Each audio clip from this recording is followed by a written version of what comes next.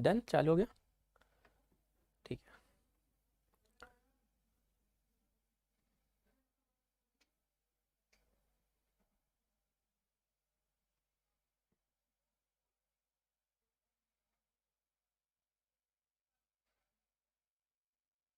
Done, चालू हो गया, ठीक है।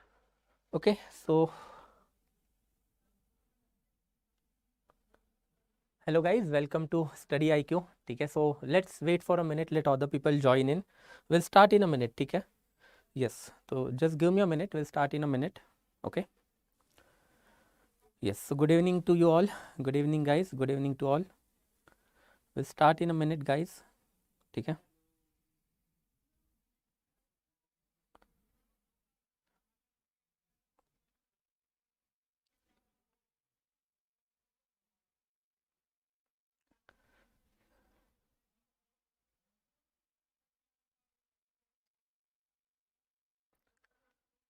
Yes, okay, so just take a minute, gap of a minute, we'll start. Okay, let other people also join in and फिर हम चालू करेंगे दोस्तों, ठीक है।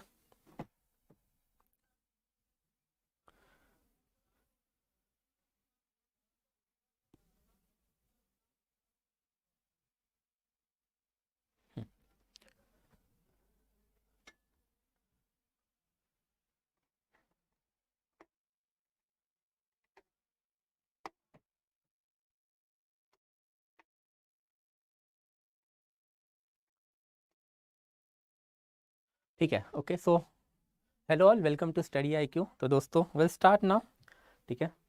Okay, so let's go one by one. So सबसे पहले तो as you might be knowing कि this is a series of the RS Sharma, तो एक एक करके चालू करेंगे। सबसे पहले तो NCERT का इम्पोर्टेंस क्या है इन द प्रिपरेशन। तो अगर आपने मेरा प्रीवियस लेक्चर देखा होगा दोस्तों, then you might be knowing कि मैंने हमेशा NCERT के ऊपर स्ट्रेस किया है। It's not only about history, but आप कोई भी सब्जेक्ट पकड़ लीजिए, पॉलिटी होगा, इकोनॉमी होगा, या फिर इवन साइंस होगा, एनवायरनमेंट होगा, इवन ज्योग्राफी होगा, तो मैक्सिमम क्वेश्चन जो आपको है that questions can be trace back to the NCERT। तो रफली आपको प्रीलिम्स में history, thereafter polity, economy, science and tech, geography, environment, ये जो 6 बेसिक सब्जेक्ट होते हैं, रफली 30 to 40 क्वेश्चन जो है अक्रॉस दिस 6 सब्जेक्ट, वो हमेशा NCERT से ही आते हैं। NCERT also builds the foundation also, okay. इससे जो आपको डाटा मिलेगा, that data you can easily use for the content enhancement of your mains preparation also, and that's why NCERT is always important. तो ये जो NCERT है, I had promised as a part of the history optional foundation course also, but ultimately I have decided कि सिर्फ history optional के बच्चों के लिए नहीं, तो ये open session ही रखा करेंगे इसका। तो whenever I am going to take this sessions of the NCERT, तो वो हमेशा open ही रहेंगे। तो आपके सारे के सारे जो chapters हैं NCERT के, I'll be covering. I'll be starting today with the RS Sharma. एक रफ स्ट्रक्चर आपको बता दूं तो डेली बेसिस पे मैं एक ही चैप्टर कवर करूंगा, and that is what even I expect from you. तो अगर आपको इस पर्टिकुलर सीरीज का मैक्सिमम पॉसिबल बेनिफिट अगर उठाना है, देन आपको भी इस पर्टिकुलर NDA वेयर में थोड़ा सा मेहनत करना पड़ेगा। तो हर दिन आप भी एक चैप्टर पढ़ के आना, thereafter watch the lecture. मैं आपको बहुत सारी चीज़ें एक्स्ट्रा भी बताऊंगा लेक्चर में। As far as content is concern, तो मैं आपको 2 टाइप का कंटेंट प्रोवाइड करूंगा। सबसे पहले तो मेरे PPT का एक्सेस आपको मिल जाएगा। सो this is my Telegram channel, ठीक है। PPT ऑलरेडी अपलोड हो चुके हैं इस चैनल पे। So if you want to have the PPT के साथ आपको पढ़ना है, then you can definitely use the PPT from here. Just subscribe to the channel and thereafter you can join in, and thereafter फिर एक दूसरे तरीके का फॉर्मेट भी है बेसिकली। तो दिस इज़ रफली वी कैन से, ओके। तो ये PDF फॉर्मेट है, तो I am going to provide you with this PDF format also. तो हर एक चैप्टर का 1 या 2 पेज में आई will be giving you the summary. तो जैसा कि आज पहला चैप्टर ही है NCERT का, that is importance of the ancient Indian history, तो उसका 1 पेज में मैंने आपको समरी निकाल के दिया। इसका फ़ायदा आपको क्या होगा, तो फ़ायदा pre as well as mains दोनों में होगा, ओके। तो पहले तो प्री के लिए आपको कंटेंट मिलेगा, जो कंसोलिडेटेड कंटेंट आपको लगता है वो मिलेगा, and thereafter second thing, आपको जो कीवर्ड लगेंगे which you can definitely utilize in your mains preparation also, वो भी आपको यहाँ से मिल जाएंगे।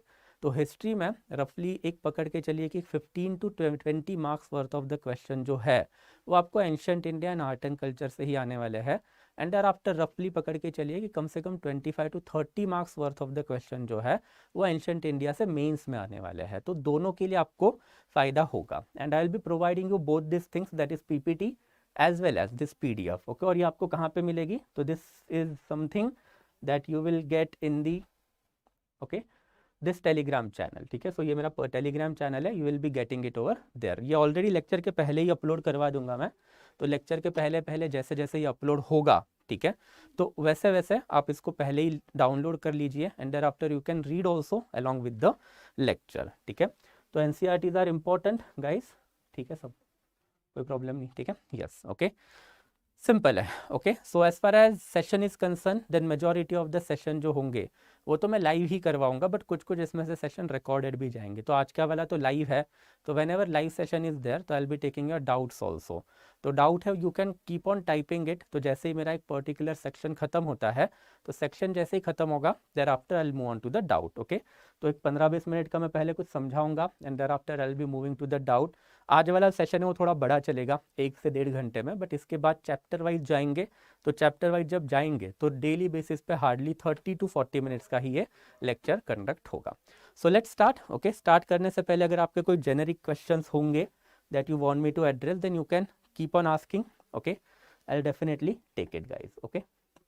सो चलो, so good evening to you all, ठीक है, okay. And please no time pass, okay, simple. अगर ज़्यादा टाइम पास अगर चैट पे होगा तो मैं आपके सवाल डेफिनेटली नहीं लूँगा। I don't like that time pass या फिर बकर वाला चीज़, okay. It will be strictly for the UPSC as well as for the PCS examination. तो आपका chapter wise I am going to cover, ठीक है। We are already running out of time, तो उसमें और ज़्यादा प्लीज़ खाली बिली का यहाँ वहाँ की बातें लिख के, ओके, चैट बॉक्स को बढ़ाओ मत, ठीक है। So if you want me to address your doubts specifically, then pin point question पूछो, okay, simple.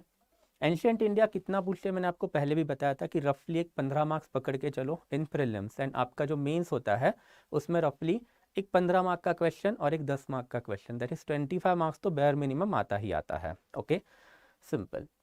History is one of the largest subject of your prelims, तो ऑब्वियसली एंशियंट के लिए एक बुक, मिडीवल के लिए एक बुक और modern के लिए एक बुक आपको पढ़नी ही पड़ेगी। एंड आई विल सजेस्ट कि एंशियंट इंडिया जो है, सॉरी अपना ओल्ड NCERT जो है, उसी से आपको शुरुआत करनी है, ठीक है। तो पहले आपको ओल्ड NCERT के ऊपर होल्ड लाना है, और अगर ओल्ड NCERT पढ़ने के बाद अगर आपको कुछ और करने की इच्छा है, then you can move on to the other reference book, ठीक है, yes, okay. So good evening to you all, good evening, ठीक है। नहीं, ये लाइव होंगे as I have told you before also, okay. I will be taking majority of the session live, recorded नहीं होंगे, ठीक है। उस मॉडल आंसर का जो PDF है, ओके, वो मैंने ऑलरेडी अपलोड करवा दिया था, ठीक है, मेरे टेलीग्राम चैनल पे एक बार देख लेना, अगर नहीं मिला तो thereafter you can ask me, ठीक है, ओके।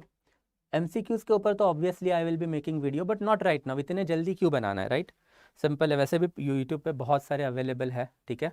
तो मैंने एक वीडियो MCQ के ऊपर बनाया भी था, टॉपिक वाइज MCQ, ओके, वो मैंने हार्डली 1-2 हफ्ते पहले ही किया था।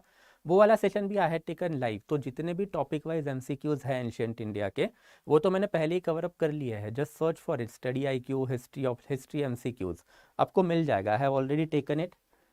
RS शर्मा इज नेसेसरी यार। देखो, अगर एंशियंट कर रहे हो तो what I will suggest is that कि न्यू NCERT से बेटर है old NCERT, because old NCERT का जो डाटा है वो ज़्यादा है, और वो कंसोलिडेट वे में आपको हेल्प भी करेगा, बिकॉज वो सिर्फ आपका प्रीलिम्स ही कैटर नहीं करेगा, it will also cater the mains examination too, got it. तो prelims as well as mains examination, both of them will help you, ठीक है। हाँ, आवाज़ बढ़ानी है थोड़ी, ठीक है, हाँ, ठीक है, यस। नहीं, मैंने प्रीलिम्स के MCQ भी किए Tushar, for your information. I have taken prelims MCQs also, just search for it ना। मैंने लिए हैं सारे एंशियंट के, टॉपिक वाइज लिए हैं ऊपर से। टॉपिक वाइज का PDF भी मैंने मेरे ग्रुप में अपलोड करवा दिया था on this particular Telegram group. अगर आपको वीडियो नहीं मिल रहा है तो टेलीग्राम ग्रुप में जस्ट जाके सर्च कर लेना, पिछले 2 या 3 हफ्ते में, you will get it, okay. I had taken it somewhere around the second week of last month, second week of October के अराउंड मैंने लिया था, ठीक है, यस। ना तमिलनाडु वाला NCERT बिल्कुल मत करना, नॉट वर्थ इट, बहुत सारा फैक्चुअल इनकरेक्टेडनेस है। ओल्ड NCERT इज़ बेटर, ठीक है। सो चलो, ठीक है, सिंपल। ना टेलीग्राम का सिर्फ चैनल ही है basically, so this is the channel, and as I have told you कि ये PPT प्लस जो हैंड PDF वाले जो नोट है वो दोनों आपको उस पर्टिकुलर ग्रुप में मिल जाएंगे। So you can definitely subscribe the group, and thereafter you will get it over there. So let's move on to the ancient India now guys, ठीक है। whatever doubts that you might be having, वो थोड़ा सा आप बीच बीच में देख लेना। Any type of the exam, ठीक है, not only UPSC, state PCS, CAPF के लिए भी है, सीडीएस के लिए भी है, सबके लिए आपको काम में आ जाएगा lecture. Okay, so let's move then guys one by one. ठीक है, ओके तो सबसे पहले तो बेसिक चीज़ आपको कुछ कुछ चीज़ें समझनी पड़ेंगी। तो बेसिक में आपको सबसे पहले पता होना चाहिए कि टाइमलाइन क्या होता है और सेंचुरी क्या होता है। अब टाइमलाइन एंड सेंचुरी काफ़ी इंपॉर्टेंट चीज़ है। Why timeline and century is important? Because history जब आप पढ़ोगे तब आप पास्ट पढ़ोगे, तो पास्ट में कुछ डेट्स भी तो इम्पॉर्टेंट होती है कि कौन से पर्टिकुलर पीरियड में कौन सी डायनेस्टी आई, कौन से पर्टिकुलर पीरियड में कौन सा राजा आया। So that's why timeline is always important. So let's start with the timeline itself. ठीक है, सबसे पहले okay, so what is the meaning of the timeline? कभी आपने सुना है what is Gregorian calendar and what is Shaka calendar? Have you ever heard this terms? ठीक है, एक होता है आपका ग्रेगोरियन कैलेंडर और एक आपका होता है शकास कैलेंडर। सिंपली शका कैलेंडर जो है इसको हिंदू कैलेंडर भी कंसिडर किया जाता है और इसके मंथ भी आपने सुने होंगे, जैसे चैत्र है, देर आफ्टर वैशाख, ज्येष्ठ, आषाढ़, श्रावण, ऐसे लेके फाल्गुन तक जो 12 मंथ ऑफ इंडियन कैलेंडर है इसको आप शका कैलेंडर बोलोगे। तो वैसे ही एक इंग्लिश कैलेंडर भी है, that is basically a Gregorian calendar. तो ये जो इंग्लिश कैलेंडर है वो जैन से लेके दिसंबर तक आपका होता है and as per this English calendar अभी चल रहा है आपका 2 नवंबर 2022। तो मतलब 2022 ईयर अभी चल रहा है। बट आप ही सोचिए कि अगर 2022 ईयर अभी है तो इसके अगर मैं पीछे जाऊं तो कभी ना कभी तो 0 ईयर होगा। 0 में दुनिया ख़त्म थी क्या? तो नहीं, एब्सोल्युटली नहीं। उसके पहले भी तो दुनिया चल रही थी। ओके, बहुत कॉमन अंडरस्टैंडिंग है that earth is establish 4.5 billion years ago. तो 4.5 बिलियन ईयर्स एगो से लेके अब तक ये जो चीज़ें हैं, मतलब दुनिया है, टाइमलाइन जो है वो चल ही रही है। एंड दैट्स वाई फिर ये जो ग्रेगोरियन कैलेंडर है ओके उसको हम लोग 2 पर्टिकुलर ईरा में डिवाइड करते हैं। यहाँ पे आएगा आपका 0 जो अभी आपका चल रहा है, दैट इज 2022। और ये जो 0 है it is nothing but the birth year of the Jesus Christ. तो जीसस क्राइस्ट जब जन्मे तो जीसस का ईरा चालू हो गया। That's why this calendar is known as a calendar of the Christian era और जीसस ईरा। अब ये कैलेंडर जो बनाया था इसमें बहुत सारे लोगों ने अपना कंट्रीब्यूशन दिया था, बट अल्टीमेटली पोप ग्रेगोरियन ने ये कैलेंडर को फाइनल वर्जन दिया था, इसके लिए इसको ग्रेगोरियन कैलेंडर भी बोला जाता है। तो ये जो ग्रेगोरियन कैलेंडर है उसमें आज आपका चल रहा है 2022। आप कभी ना कभी तो बैक जाओगे तो 0 है। तो 0 के पहले क्या था? सिंस 0 से लेके अब तक ये जीसस क्राइस्ट का ईयर है, दैट इज क्रिश्चियन ईरा है। तो उसके पहले का जो ईरा है उसको आप बोलोगे बिफोर क्रिश्चियन ईरा। इसको शॉर्ट फॉर्म में बीसी भी बोला जाता है, राइट? और इसको एडी भी बोला जाता है, that is anno domini. Latin word है to suggest the Christian era और प्रेजेंट ईरा। ओके, तो जब okay even not only world but जब इंडिया में भी कोई भी बड़ा राजा आता है तो बड़ा राजा जो है वो अपने साथ एक नया कैलेंडर भी लेके आता है। तो वैसे ही जीसस क्राइस्ट का जब बर्थ ही हुआ था तो जीसस क्राइस्ट के बर्थ के साथ क्रिश्चियन लोगों ने भी उनका एक नया कैलेंडर लाया। तो वैसे ही इंडिया में अगर आप बात करोगे कि इम्पोर्टेंट कैलेंडर कौन सा है, तो इम्पोर्टेंट कैलेंडर के आपने कभी कभी नाम भी सुने होंगे। तो Shaka calendar is there, Gupta calendar is also there and thereafter आपका Vikramaditya calendar is also there. तो ये जो 3 इंपॉर्टेंट कैलेंडर है इनके रफली ईयर है 58 BC, ये जो है वो 78 AD से चालू हुआ है और ये जो है वो 319 AD से चालू हुआ है। बट अब ये वाले जो कैलेंडर है ओके इसको हम लोग यूज़ नहीं करते एक्सेप्ट दिस वाला कैलेंडर जो इंडियन गवर्नमेंट का आज भी ऑफिशियल कैलेंडर है। तो इंडियन गवर्नमेंट जब ईयर निकलता है तो उसमें आपने सुना होगा कि शके 1944 अभी चल रहा है। तो शका 1944 चल रहा है उसका मतलब क्या हुआ? शका कैलेंडर 78 AD में फॉर्म हुआ है। 0 AD में कौन सा कैलेंडर फॉर्म हुआ है? तो ये वाला calendar, that is Gregorian calendar. तो हमारा जो कैलेंडर है हिंदू कैलेंडर वो 78 ईयर पीछे चल रहा है बिकॉज वो 78 AD में बना था। तो दैट्स वाई शका जो है वो हमेशा 78 ईयर्स इंडियन कैलेंडर के पीछे चलता है। कुछ ज़्यादा इसको इन डिटेल समझने की ज़रूरत नहीं है, यहाँ से कुछ ज़्यादा आने वाला भी नहीं है। This is just for your understanding. The concept of calendar is there, multiple calendar are there. Okay, India में ही जैसे मैंने अभी आपको 3 बताया, ये 3 तो मैंने सिर्फ रेफरेंस के लिए दिए हैं, एक्चुअल में तो more than 15 calendars are there in India.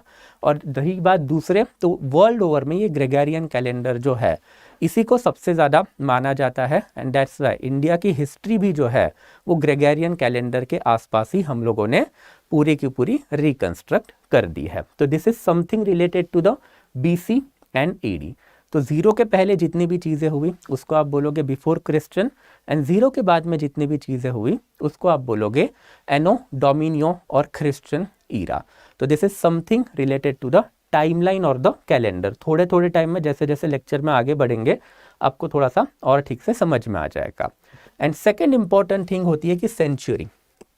Okay, तो ये सेंचुरी क्या होती है ये भी काफ़ी इंपॉर्टेंट है। यूपीएससी में बहुत टाइम पे एक हाथ दूसरे क्वेश्चन तो सेंचुरी के कंसेप्ट के ऊपर ही आपके सॉल्व हो जाएंगे। ओके, तो सेंचुरी एग्जैक्टली क्या होती है? तो सेंचुरी मतलब पीरियड ऑफ 100 ईयर्स, राइट?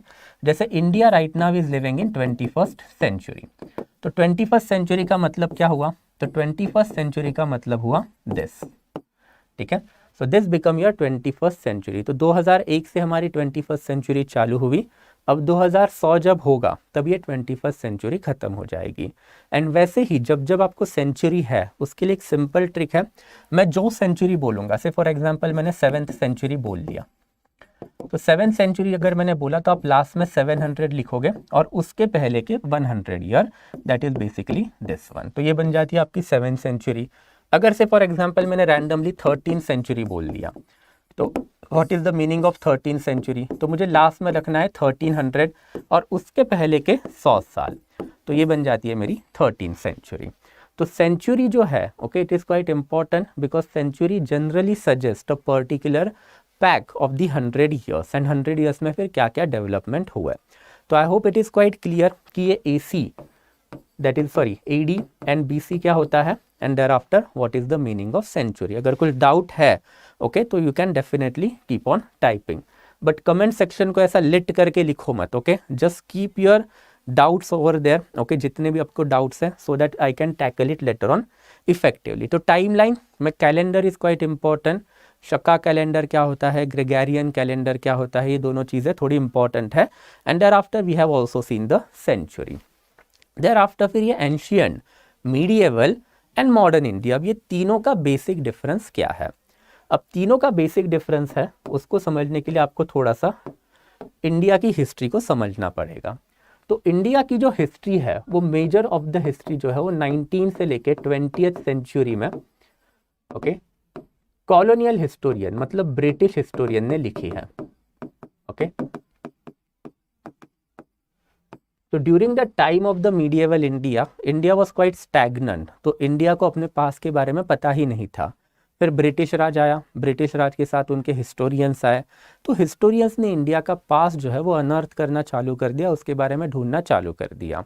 तो जैसे उन्होंने ढूंढना चालू कर दिया, they got to know that कि इंडिया के पास तो ह्यूज एंशिएंट सिविलाइजेशन है, एंड दैट्स वाई उनको ऐसा दिखाना था कि इंडिया की जो सिविलाइजेशन है वो इन्फीरियर है as compare to the western civilization, because racism तो हॉलमार्क था अपना पूरा कॉलोनियल हिस्टोरियन का। So in order to do that and in order to show कि हिंदू और मुस्लिम जो है वो सबसर्वियंट है टू द क्रिश्चियंस और द यूरोपियन पीपल, उन्होंने इंडियन हिस्ट्री के 3 पार्ट बनाए रफली on the basis of religion. Okay, तो ये रिलीजन बेस पे एंशियंट टाइम से लेके 7th सेंचुरी ED तक का जो टाइम पीरियड है उसको आप बोलोगे एंशियंट इंडिया। इसको golden period of Hindu history भी बोला जाता है from colonial historian. However, okay, ये सिर्फ हिंदूज के लिए ही नहीं था, तो इस पर्टिकुलर पीरियड में वी हैव फाउंड कि बहुत सारे अलग अलग रिलीजन भी इंडिया में फ्लरिश कर रहे थे। जैसे बुद्धिज्म इज देयर, आपके जितने भी बड़े किंग आपने सुने होंगे, so for example Ashoka is there, thereafter Kanishka is there, thereafter Harshavardhan is there, ये सारे बुद्धिस्ट रिलीजन को फॉलो करने वाले लोग थे। वैसे ही आपने जैन रिलीजन भी सुना होगा, तो आपने चंद्रगुप्ता मौर्य का नाम सुना होगा, तो ही was the follower of the Jain religion.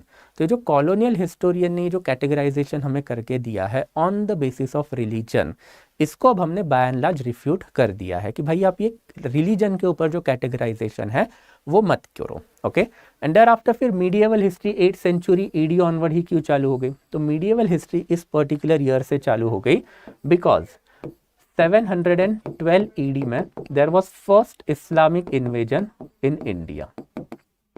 ये जो इस्लामिक इन्वेजन हुआ था, ओके, तो मोहम्मद बिन कासिम नाम का बंदा था, he was an Arabic commander, he was the first person to invade India and that's the British colonial historians claim कि भाई देखो अब इस्लामिक ईरा जो है वो इंडिया में चालू हो गया and that is how entire medieval India जो है उसको इंडिया में हमेशा नीचे दर्जे का दिखाया गया है, इस्लामिक हिस्ट्री का पार्ट दिखाया गया है एंड इनको हमेशा इन्वेडर्स ही माना गया है। So that is basically the colonial historians का कहना। And thereafter modern India 18th century से ही क्यों चालू हुआ? तो 18th सेंचुरी से इसके लिए चालू हुआ because first of all this date, तो 1707 is precise year in which Aurangzeb died and जैसे ही Aurangzeb died along with him the fortunes of the Islamic religion and Mughals both collapsed in India। तो ये जैसे ही कोलैप्स हुआ कॉलोनियल हिस्ट्री इंडिया में आने लग गई एंड उसके साथ साथ हिंदू रिलीजन जो मेजॉरिटी रिलीजन है इंडिया में उसका पलड़ा भी इंडिया के हिस्ट्री पे भारी वापस से पड़ने लग गया and that's we call it as a basically modern India. तो ये कॉलोनियल हिस्टोरियन ने जो हमारा ancient medieval and modern India का कैटेगराइजेशन करके हम लोगों को दिया है, अब हम उसको सही मानते हैं क्या?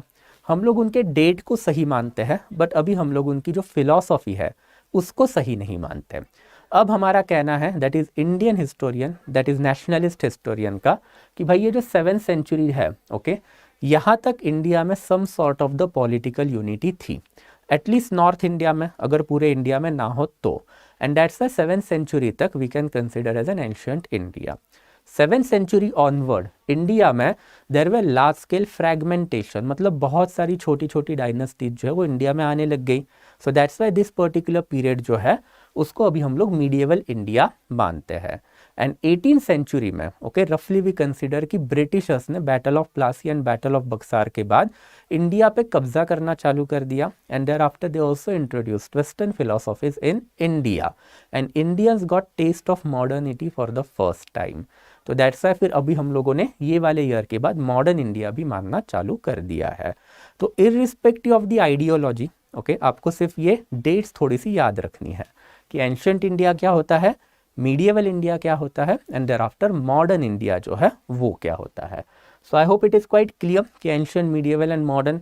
तो today we are going to start with the ancient India. तो एंशियंट इंडिया चालू करने से पहले we are going to see the rough chronology of the ancient India.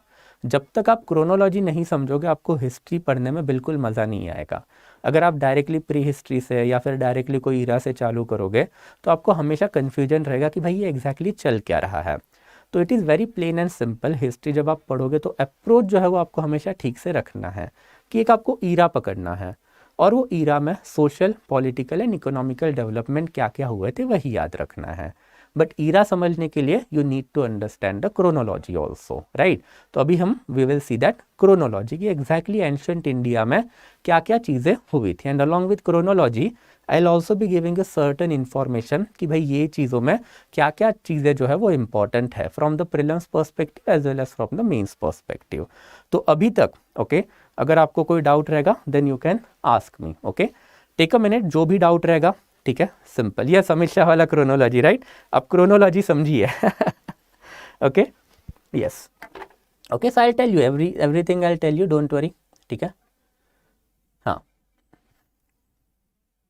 यार ये वीडियो YT पे हमेशा रहेगा, okay, I will make a playlist out of it, don't worry, ठीक है।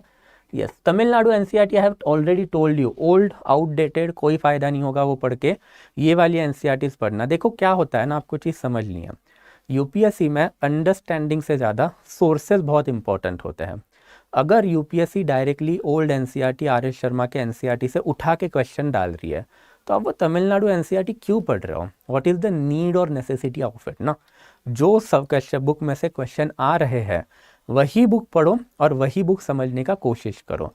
ओल्ड NCERT से अभी भी आपको वर्बैटिम क्वेश्चन आ रहे हैं and I show it to you also over a period of time. पहले 5 लेक्चर जो है इसके वो सारी बेसिक अंडरस्टैंडिंग के ऊपर है, तो 5th लेक्चर ऑनवर्ड मैं आपको लेक्चर वाइज ना PYQ भी दिया करूँगा, तो आपको पता चलेगा कि भाई एग्जैक्टली कौन सा PYQ है, कौन से पर्टिकुलर टॉपिक में से या फिर कहाँ से एग्जैक्टली आ रहा है। So you will get to know कि भाई मेजॉरिटी ऑफ द क्वेश्चन जो है वो एंशियंट इंडिया के यहीं से सॉल्व हो रहे हैं।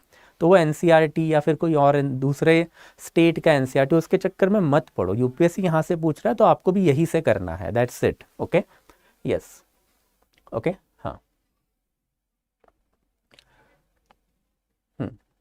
ठीक है। कृष्णा, ये ऐसे वाले जो सवाल है वो एकदम एंड में पूछोगे, towards the end of the lecture, ठीक है। Anything that is out of context of the lecture मुझे एंड में पूछा, I will definitely reply to you, ठीक है, यस, ओके, हाँ, ठीक है, सिंपल है। Anything that is out of context ask me at the end, ठीक है, यस, ठीक है। ये हिजरी कैलेंडर जो है वो इस्लामिक कैलेंडर है, वो इंडियन कैलेंडर नहीं है मुफ्ती, ठीक है। तो उसके बारे में बात नहीं करेंगे because we do not follow it in India, that is basically followed in the middle east area most, ठीक है, ठीक है। शिवांगी, मैंने पहले ही बोला था कि आपको ये सारे के सारे नोट्स मिल जाएंगे on my Telegram channel, it has already been uploaded. मैं लेक्चर के पहले ही अपलोड करवा रहा हूँ, राइट। तो मैंने अभी आपको थोड़े टाइम बताया था, I am telling you again, okay, just 1 minute लगेगा for those who have just joined in. So this is basically my telegram group, okay, it is CSA with Sainil Nagre. You will get PPT also, and apart from PPT you will get this kind of the printed notes also. तो ये chapter wise summary भी है और ये मैं lecture के पहले ही upload करूँगा। everyday 7 o'clock I will be taking lecture, majority of the lectures live ही होंगे, कुछ कुछ session uploaded रहेंगे। I'll let you know कौन सा uploaded होने वाले हैं बाद में, ठीक है। तो आपको दोनों चीज़ें जो है वो अभी के लिए मेरे टेलीग्राम चैनल पे मिल जाएगी, which is already uploaded there. So if you want it then you can get it from there. Okay, so now will move on to the actual chronology, ठीक है। तो ये क्रोनोलॉजी जब तक आपको नहीं समझेगी तब तक हिस्ट्री पढ़ने में थोड़ा मज़ा नहीं आएगा। एक बार ओवरऑल समझना है कि कब क्या हुआ, कब क्या हुआ, कब क्या हुआ, and thereafter will move detail कि हर एक ईरा में political, social and economical development कैसी हुई थी। ओके, तो let's start one by one, ठीक है। तो इंडिया में सबसे पहले जो ह्यूमंस की जो हिस्ट्री मिली थी, ओके, वो मिली थी समवेयर अराउंड 5 लाख BC से लेके 2.5 लाख BC के अराउंड। हाउएवर वर्ल्ड कंटेक्स्ट में ह्यूमन की हिस्ट्री जो चालू हुई उसको 2 million BC basically, that is 20 lakh BC onward माना जाता है। तो इंसानों की जो एक्चुअल हिस्ट्री जो चालू हुई वो 20 लाख साल पहले चालू हुई और वो चली कब तक, 10,000 BC तक। मतलब रफली आप पकड़ सकते हैं कि अप्रॉक्सीमेटली 19 लाख ईयर्स तक, ठीक है, ह्यूमंस जो है वो प्रिमिटिव थे। प्रिमिटिव मतलब आदिवासी थे, इनको कुछ पता नहीं था, इनको बस फायर आती थी, ओके, इनको पत्थर के इक्विपमेंट बनाना आते थे और ये फायर एंड पत्थर का इक्विपमेंट बन के एनिमल की शिकार करते थे और उसी को खाते थे। So humans were animalistic in nature, मतलब हम खुद एक एनिमल है और तब तो हम एनिमल की तरह रहा करते थे, ठीक है। तो इसके लिए इसको आप पैलियोलिथिक एज भी बोलोगे। पैलियो का मतलब होता है ओल्ड, लिथिक मतलब स्टोन, तो old stone age, thereafter फिर middle stone age and thereafter फिर new stone age, that is neolithic. तो मेसोलिथिक, नियोलिथिक एंड पैलियोलिथिक, ये स्टोन एज इसको इसीलिए बोला जाता है बिकॉज हमको इनके बारे में कुछ पता नहीं है, राइट। इनको लिखना नहीं आता था, राइट। इन्होंने हमारे लिए ज़्यादा कुछ एविडेंसेस पीछे छोड़े नहीं हैं, तो हमको इनके बारे में पता कैसे चला, हमने कुछ कहाँ पे जाके एक्सकैवेशन किए और एक्सकैवेशन करके हम लोगों को इनके बारे में थोड़ी बहुत चीज़ें पता चली है।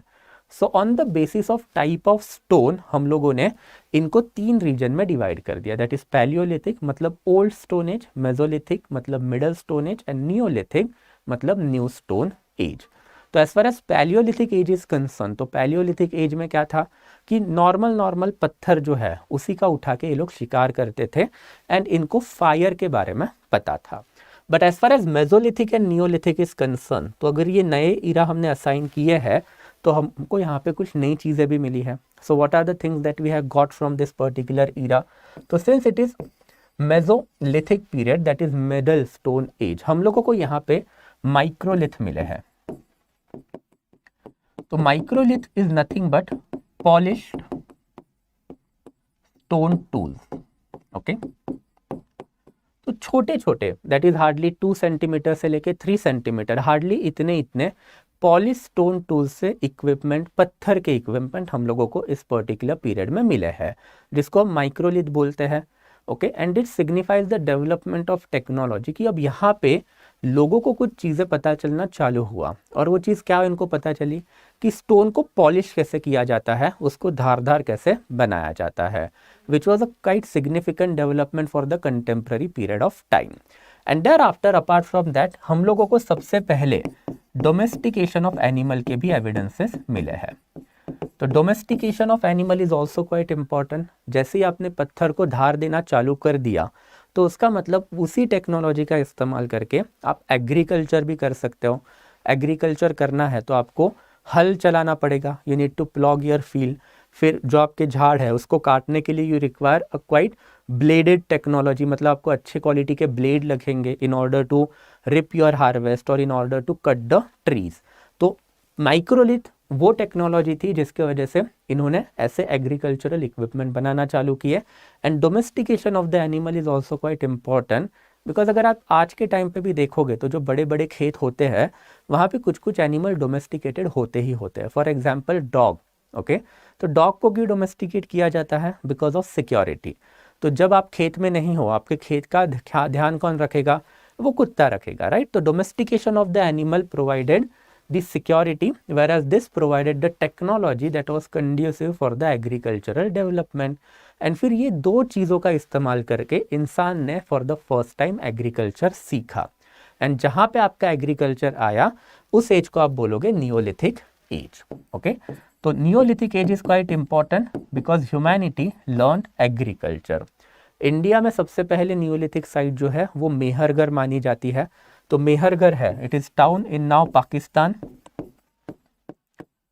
और ये जो मेहरगढ़ है दैट बिलोंग टू 7000 BC के around. And as you can see ये सारे के सारे BC है, ओके। तो मतलब जीरो से पहले वाली चीजें चल रही है, अभी तक हम लोग जीरो पे आए ही नहीं है। तो this is the 3 essential characteristic of the palaeolithic, mesolithic and neolithic. Again in nutshell primitive humans were there, okay. इनको सिर्फ और सिर्फ आग के बारे में पता थे, बट ये स्टोन टूल्स का इस्तेमाल करके क्या करते थे? शिकार करते थे और एनिमल्स को खाते थे। फिर इन्होंने सीखा microlith technology, that is polish stone tool technology and apart from domestication of animal. And फिर इंसान ने सीखा agriculture. And on this basis फिर हम लोगों ने इनको कैटेगराइजेशन किया है palaeolithic, mesolithic and neolithic age में। तो अगर आपको गलती से कभी अभी सवाल आता है कोई भी एग्जाम में कि out of following ईराज in which agriculture started in India, तो आपको पता है अभी नियोलिथिक में। या फिर अगर आपको ऐसा सवाल आ गया कि domestication of the animal was started in palaeolithic age, तो आपको पता है कि भाई ये स्टेटमेंट गलत है because domestication of the animal is started in mesolithic age, not in palaeolithic age, okay. तो palaeo, meso and neo. And after palaeo, meso and neo, okay, humanity moved ahead to the chalcolithic age. Now chalco का मतलब होता है copper, okay.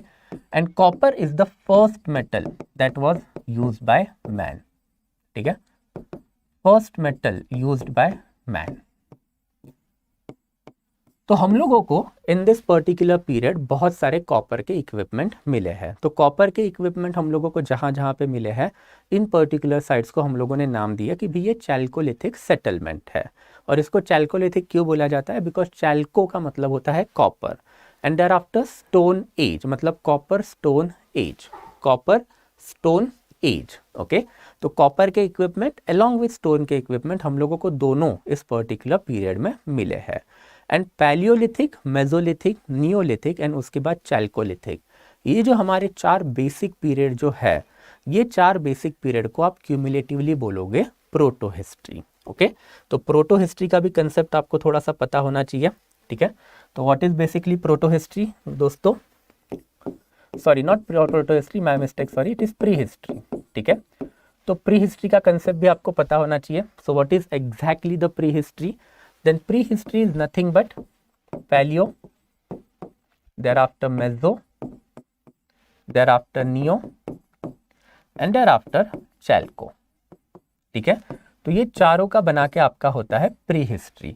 इसको pre history इसीलिए बताया जाता है because this people did not know the art of writing.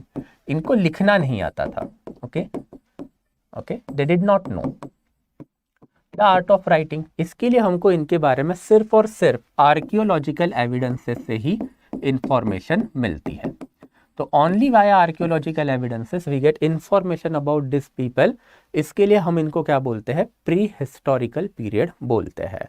तो प्री हिस्टोरिकल पीरियड मतलब क्या? तो ये 4 इरा का मिला के बनता है आपका प्री हिस्टोरिकल, बिकॉज इनको कुछ लिखना नहीं आता था, तो इनके बारे में हमको सिर्फ और सिर्फ एक्सकेवेशन में जितने एविडेंसेस मिले हैं उसी से इंफॉर्मेशन पास ऑन हुई है, या फिर उसी से हम लोगों को इंफॉर्मेशन मिली है. This is something that we can consider. And after prehistory, जो प्री हिस्टोरिकल पीरियड है, उसके बाद वाला जो फेस है इंडिया में, दैट इज रफली दिस वन. इसको हम लोग बोलते हैं प्रोटो हिस्ट्री. तो प्रोटो हिस्ट्री का मतलब ये होता है कि ये वो पार्ट है हिस्ट्री में जहाँ पे इन लोगों को लिखना आता था, बट इनकी लिखावट जो है is something that we have not undeciphered yet. मतलब हमको समझ नहीं आ रहा इन्होंने क्या लिखा है, बट इनके बारे में दूसरे कोई सिविलाइजेशन ने बहुत अच्छी अच्छी चीज़ें लिख के रखी है, and we have got to know about this civilisation from that other sources. For example, Indus valley civilisation का जो स्क्रिप्ट है, ये स्क्रिप्ट जो है वो अभी भी अनडिसाइफर्ड है. मतलब हमको पढ़ना नहीं आता है कि इन्होंने क्या लिख के रखा है. इन्होंने कुछ तो लिख के रखा है, but we do not know exactly क्या है. ऑन दी अदर हैंड, इनके बारे में एंशियंट मेसोपोटामियन सिविलाइजेशन ने बहुत सारी चीज़ें लिख के रखी है, और हमको मेसोपोटामियन लैंग्वेज पढ़नी आती है. तो हम लोगों को हड़प्पा के बारे में इंफॉर्मेशन जो है वो देसी सोर्सेज से कम और फॉरेन के सोर्सेज से ज़्यादा मिल रही है. और अगर ऐसा कोई फेस आपके हिस्ट्री में है तो आप उसको बोलोगे प्रोटो हिस्ट्री. तो इंडिया में protohistory is basically Indus valley civilisation, जिसको हड़प्पन सिविलाइजेशन भी बोला जाता है. एंड ये जो हड़प्पन सिविलाइजेशन है, that is quite important because it is considered as a first urban civilisation of India. तो it is first urban civilisation. और जब मैं अर्बन सिविलाइजेशन की बात करूंगा तो उसका मतलब अर्बनाइजेशन के बहुत सारे कैरेक्टरिस्टिक्स हम लोगों को यहाँ पे मिले हैं. तो what are the characteristic of urbanisation? जैसे आज आपका इंडिया पकड़ लो आज का, राइट? इंडिया अर्बन है. Why India is urban? Then India is urban because we have urban characteristic. तो पॉलिटी में हमारे पास एक सेंट्रलाइज पॉलिटी है, राइट? देयर आफ्टर इकोनॉमी में हमारे पास मल्टीप्लिसिटी ऑफ द प्रोफेशन है, जैसे सर्विस इंडस्ट्री है, मैन्युफैक्चरिंग इंडस्ट्री है, एग्रीकल्चरल इंडस्ट्री है, राइट? एंड वैसे ही as far as society is concern, then हमारे पास एक कॉस्मोपॉलिटन सोसाइटी भी है, जहाँ पे हिंदूज है, मुस्लिम्स है, बुद्धिस्ट है, जैन है, सिख है, thereafter even Jewish and thereafter Parsi, सारे लोग इंडिया में आपको मिलेंगे. तो कॉस्मोपॉलिटन सोसाइटी भी है. तो ये जो 3 कैरेक्टरिस्टिक है बेसिक अर्बनाइजेशन के, वो आपको हड़प्पा के टाइम पे भी मिलते हैं. तो जब चैप्टर में जाएंगे तब देखेंगे, अभी के लिए बस इतना ही याद रखना. Second important thing about Indus valley civilisation कि ये प्रोटो हिस्ट्री के अलावा इसको इंडिया में ब्रॉन्ज एज के नाम से भी जाना जाता है.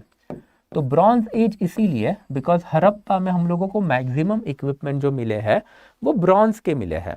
तो ब्रॉन्ज के बहुत सारे हम लोगों को अवशेष मिले हैं और एक्सकेवेटरी एविडेंसेस हम लोगों को मिले हैं. तो ना वी हैव कंसीडर कि भाई कॉपर के बाद हमारे पास आया bronze, and actually it was a natural corollary because bronze जो है वो एलॉय है, तो नेचुरली आपको नहीं मिलेगा, आपको ब्रॉन्ज मैन्युफैक्चर करना पड़ता है. और ब्रॉन्ज बनता किसका है? तो ब्रॉन्ज बनता है कॉपर का एंड देयर आफ्टर टिन का.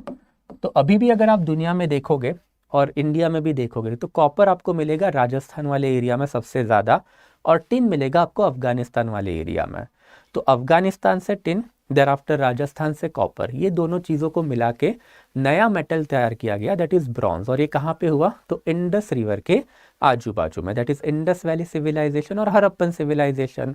तो ये स्ट्रेटेजिकली ऐसी जगह पे सिचुएटेड था जहाँ पे एक साइड से इनको आ रहा था कॉपर, एक साइड से आ रहा था टिन, उन्होंने दोनों को मिला के बना लिया नया मेटल, दैट इज ब्रॉन्ज. तो ब्रॉन्ज एज इंडिया में कौन सा है? देन इंडस वैली सिविलाइजेशन और the Harappan age is something that we can call.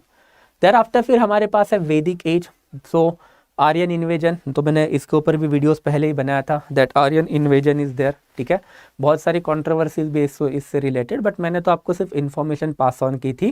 Conclusion is something that you can derive by your self.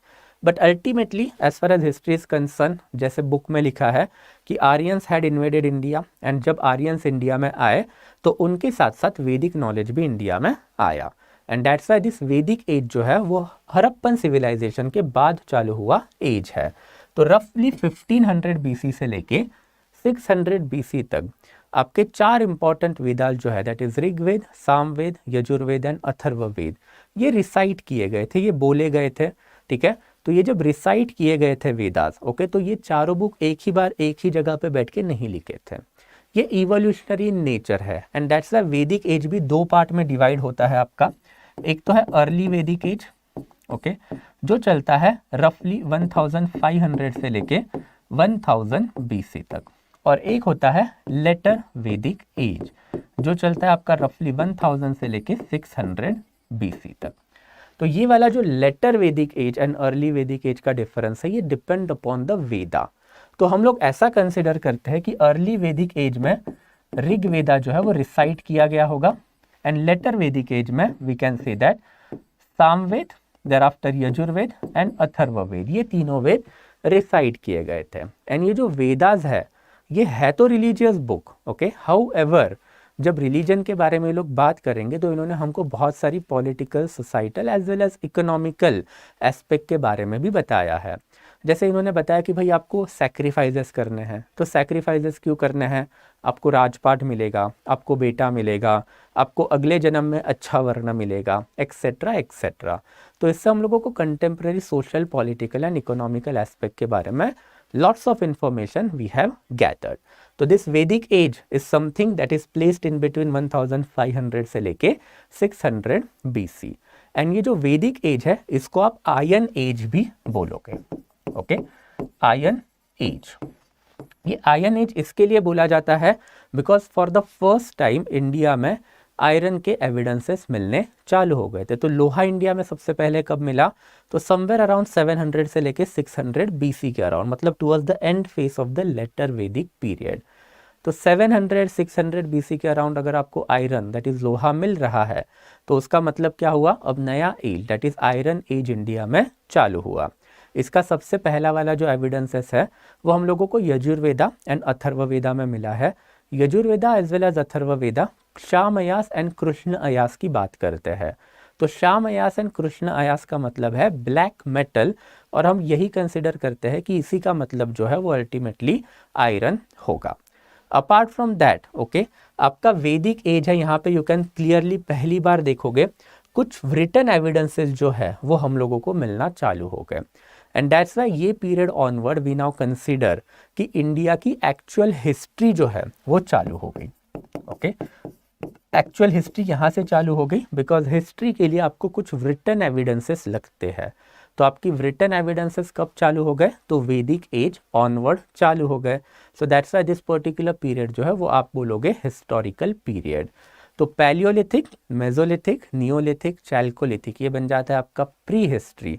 Thereafter proto history जो है, that proto history is basically your Indus Valley civilization, and फिर आपका जो actual history जो है that start from the Vedic age onward। तो pre history मतलब कुछ लिखा हुआ नहीं है, प्रोटो हिस्ट्री मतलब एक तो कुछ लिखा हुआ नहीं है या फिर जो लिखा है वो हमें पढ़ने नहीं आता, and we got to know about this people from some other civilisation, and history जहाँ पे एक्चुअल लिखावट जो है वो चालू हुई है। सो दिस इज रफली ओके रिलेटेड टू द वैदिक एज। एंड वैदिक एज में जो लोग थे ओके वो हमेशा आपको ये पता होना चाहिए कि दे वर नोमैडिक।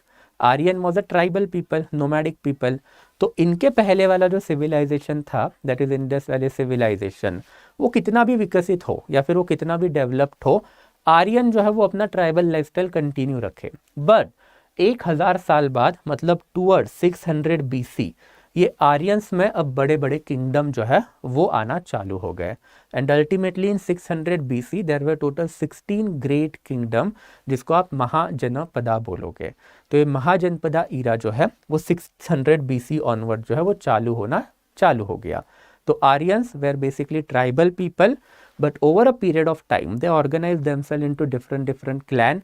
ये क्लैन फिर एक साथ आए और एक साथ आके इन लोगों ने बड़े बड़े किंगडम बनाना चालू कर दिए। ऐसे टोटल 16 किंगडम थे, 16 kingdoms were there during the time of the Mahajanapadas. And फिर out of the 16 great kingdoms which were there in 600 BC onward, okay, इसमें से अल्टीमेटली ओके सबसे इंपॉर्टेंट बना आपका मगध। तो मगध किंगडम में हम लोगों को डिफरेंट फैमिलीज मिली है, जैसे Haryanka family, Shishunaga family, Nanda family and thereafter Mauryan family. And out of this 4 family as far as non history optional background is concern आपको सिर्फ एक ही पढ़नी है, that is the Mauryan empire. तो Mauryan empire which was there in between this particular period of time, इनके 3 great king थे, Chandragupta Maurya, basically he is followed by his son Bindusara, and Bindusara is followed by his son, that is Ashokvardhan Maurya. ये 3 great king है, and there after इनकी polity, इनकी economy, इनकी society, ये सब के ऊपर बहुत सारी चीज़ें हम लोगों को पता है, सो जब लेक्चर में जाएंगे तब वो देखेंगे। हाउएवर ये जो किंगडम है ये ज़्यादा टाइम तक चल नहीं पाई, इसके कुछ रीज़न है। अशोका ने एक ऐसा सिस्टम अल्टीमेटली बनाया था कि वो सिस्टम के लिए एक स्ट्रॉन्ग किंग होना हमेशा ज़रूरी था। जैसे अशोका डाइड इन 232 BC, तो जैसे ही Ashoka died, okay, thereafter the fortunes of the Mauryans collapse, okay, and thereafter फिर इंडिया में again we can see that political fragmentation was there, मतलब India again got divided into multiple small kingdom। तो post Mauryan time में, okay, now we can clearly see India में बहुत सारे kingdoms आ चुके थे। जैसे कि अगर आप नॉर्थ की बात करें तो नॉर्थ में, okay, Magadha, that is Pataliputra में ही we can hear of Shungas, thereafter Kanvas. अगर आप नॉर्थ वेस्टर्न साइड में देखोगे तो इंडिया में सबसे पहले फॉरेन इन्वेजन चालू हुआ इस टाइम पे, Indo Greeks, they are followed by Shakas, फिर पहलवाज, एंड देयर आफ्टर फिर कुशानाज। वैसे ही साउथ इंडिया की बात करोगे तो साउथ इंडिया में सबसे पहले सातवाहनाज आए, फिर इक्ष्वाकुस भी आए, एंड छोलास, चेरास, पांड्यास तो साउथ इंडिया में पहले से ही थे। तो ये सारे डिफरेंट डायनेस्टीज जो थी, that signify politically India disintegrate हो रहा था, मतलब मल्टीपल कंट्रीज में डिवाइड हो रहा था। दैट्स वाई ये पोस्ट मौर्यन पीरियड जो है, it is quite complicated period, पूरा का पूरा पॉलिटिकल अपहीवलनेस वाला पीरियड था, और इसमें बहुत सारे छोटे मोटे किंगडम जो है वो बन रहे थे, बिगड़ रहे थे। But ultimately, okay, fortunately for India, around 300 AD के अराउंड ही पकड़ के चलो, ओके, इनका जो सबसे पहला ग्रेट किंग है, okay, it was Chandragupta the first, okay, so Chandragupta the first जो है he ascended throne in 319 AD। तो 319 AD के बाद इंडिया में अगेन गोल्डन पीरियड चालू हुआ, you can consider. And Gupta dynasty के जो 5 ग्रेट किंग है, Chandragupta the first, Samudragupta, Chandragupta the second, thereafter Kumaragupta and Skandagupta, रफली 319 AD से लेके 467 AD तक। तो ये 150 साल में रफली ये 5 किंग हुए। इन 5 किंग ने अगेन इंडिया में some sort of political unity जो है वो एस्टेब्लिश कर ली।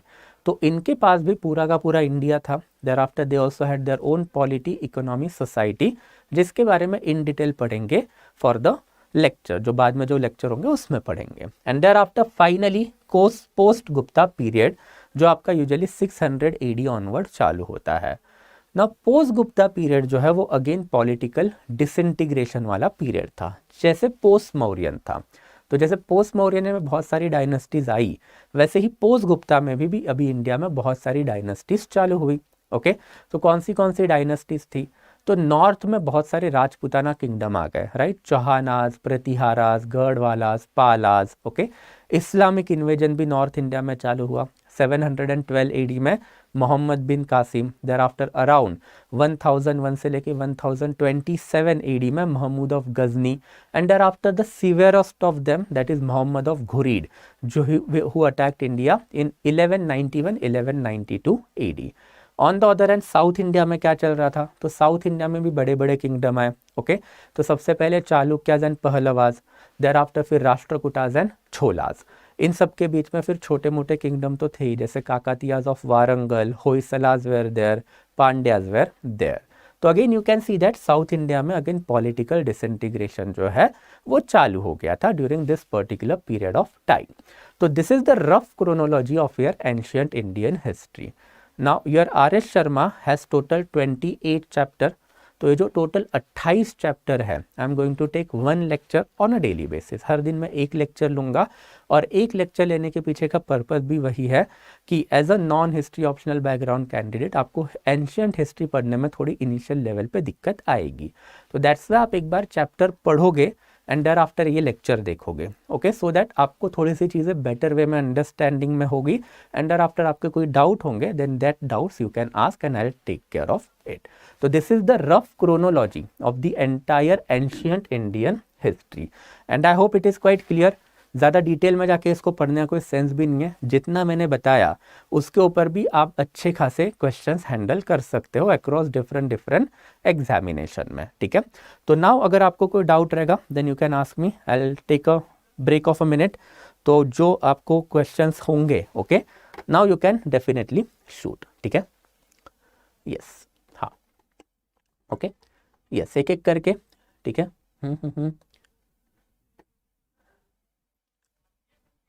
Please mention before BC in century, ठीक है। तो बीसी अगर आपको इन सेंचुरी एक्सप्लेन करवाना है तो आप ये वाला ये देख सकते हो, ठीक है। हाँ, ठीक है। तो बेसिकली ये वाला कैलेंडर पकड़ लो, ठीक है, okay.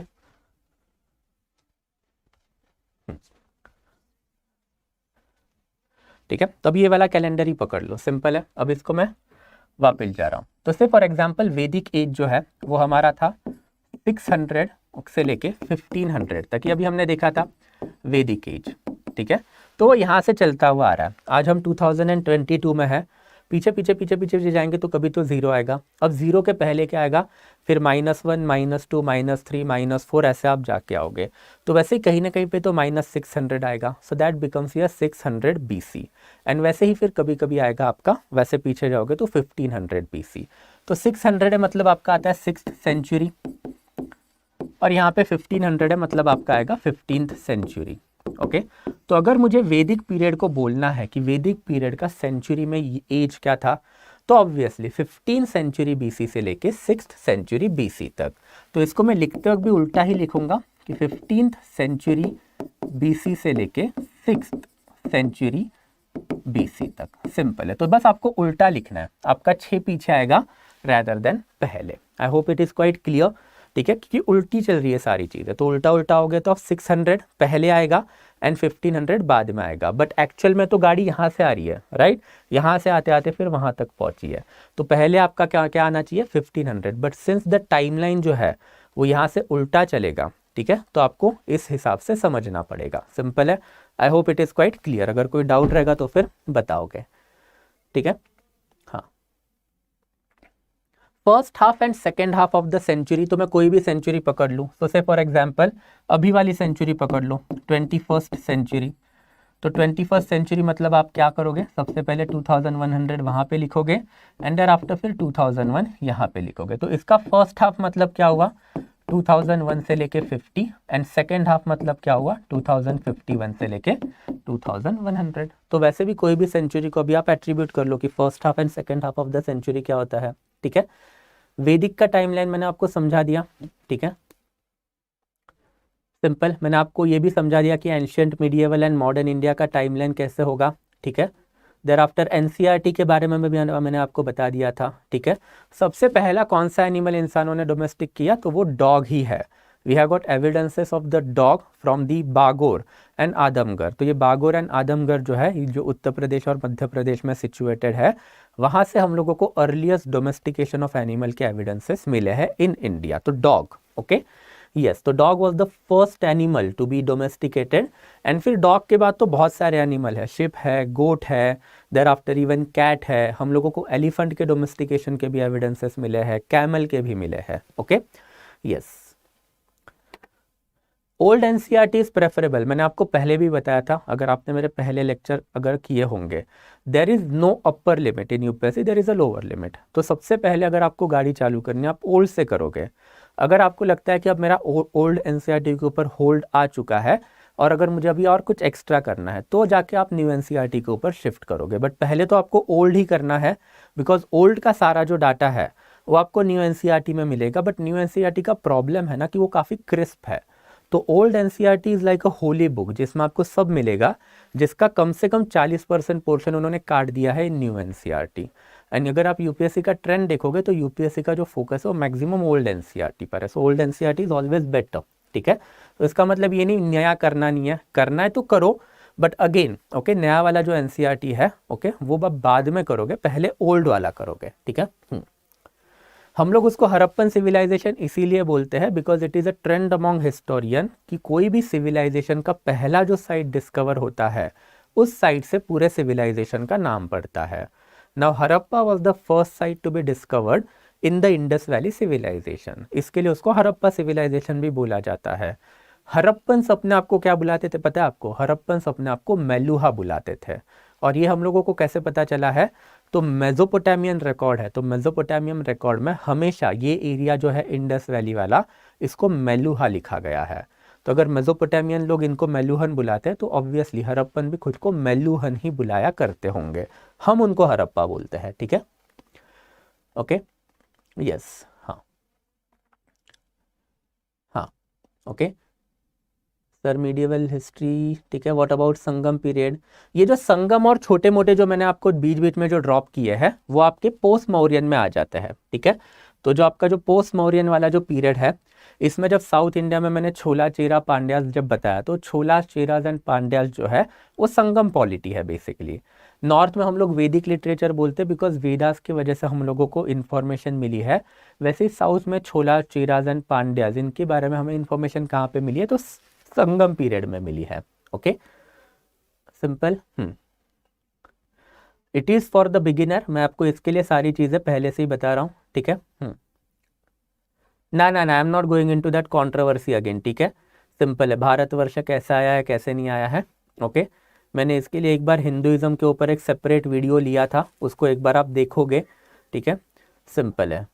Okay, Meluha which is the largest site Indus valley civilisation का राखीगढ़ी। ओके, अभी के लिए राखीगढ़ी है, पहले मोहेंजोदारो हुआ करता होगा। तो आपने अपने बुक ने देखा होगा, तो बुक में आपको मोहेंजोदारो ही मिलेगा, बट करंट अफेयर्स नाम की भी कोई चीज़ होती है, राइट। तो as per current affairs the largest site जो है वो राखीगढ़ी है। Okay, yes, simple.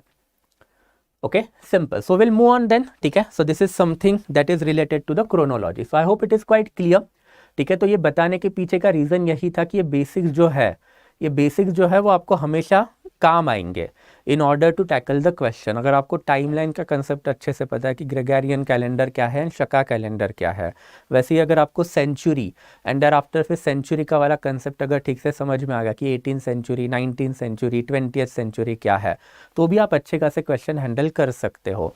फिर ये ancient, medieval, modern India exactly नामकरण क्यों पड़ा है, इसके ऊपर भी now we have discussed. Okay, and thereafter the exact chronology. तो एग्जैक्ट जो क्रोनोलॉजी जो है हमारी, palaeolithic, mesolithic, neolithic, thereafter chalcolithic, that is pre history. फिर हमारा proto history that is Indus valley civilisation, and actual history जो Vedic as onward जो चालू होती है वो। तो प्री हिस्ट्री क्या होती है, प्रोटो हिस्ट्री क्या होती है, and thereafter the actual history क्या होती है, वो भी अभी हो चुका है। एंड देयर आफ्टर फिर डिफरेंट ईराज, तो Mahajanapada, thereafter Mauryan, post Mauryan, Gupta and post Gupta. तो हर एक ईरा में अभी आपको क्या करना है, उनका पॉलिटी कैसा था, सोसाइटी कैसा था एंड इकोनॉमी कैसा था, दैट्स इट। ये तीन चीज़ आपको करनी है। एंड उसके अलावा ऑब्वियसली एक fourth parameter is art and architecture कैसा था। तो अगर आपने ये चार चीज़ अगर ठीक से कर ली हर एक ईरा में, देन ऑब्वियसली आपका एंशिएंट इंडिया एकदम बढ़िया से प्रिपेयर हो जाएगा। And that is what our endeavour is. So now will move on to the actual R S Sharma.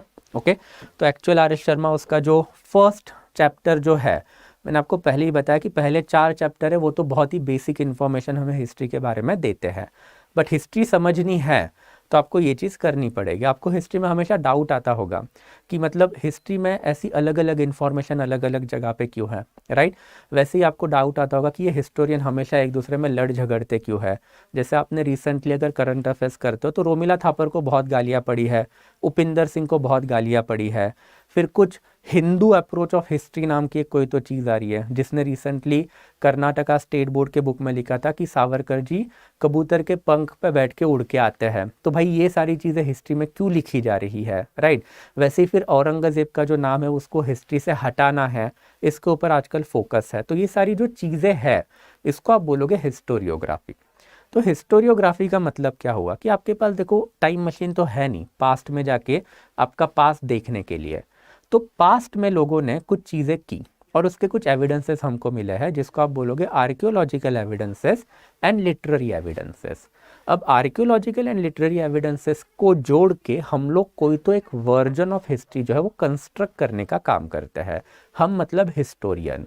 And इसी को आप बोलोगे हिस्टोरियोग्राफी। तो historiography is nothing but art of writing the history. तो आप हिस्ट्री कैसे लिखोगे?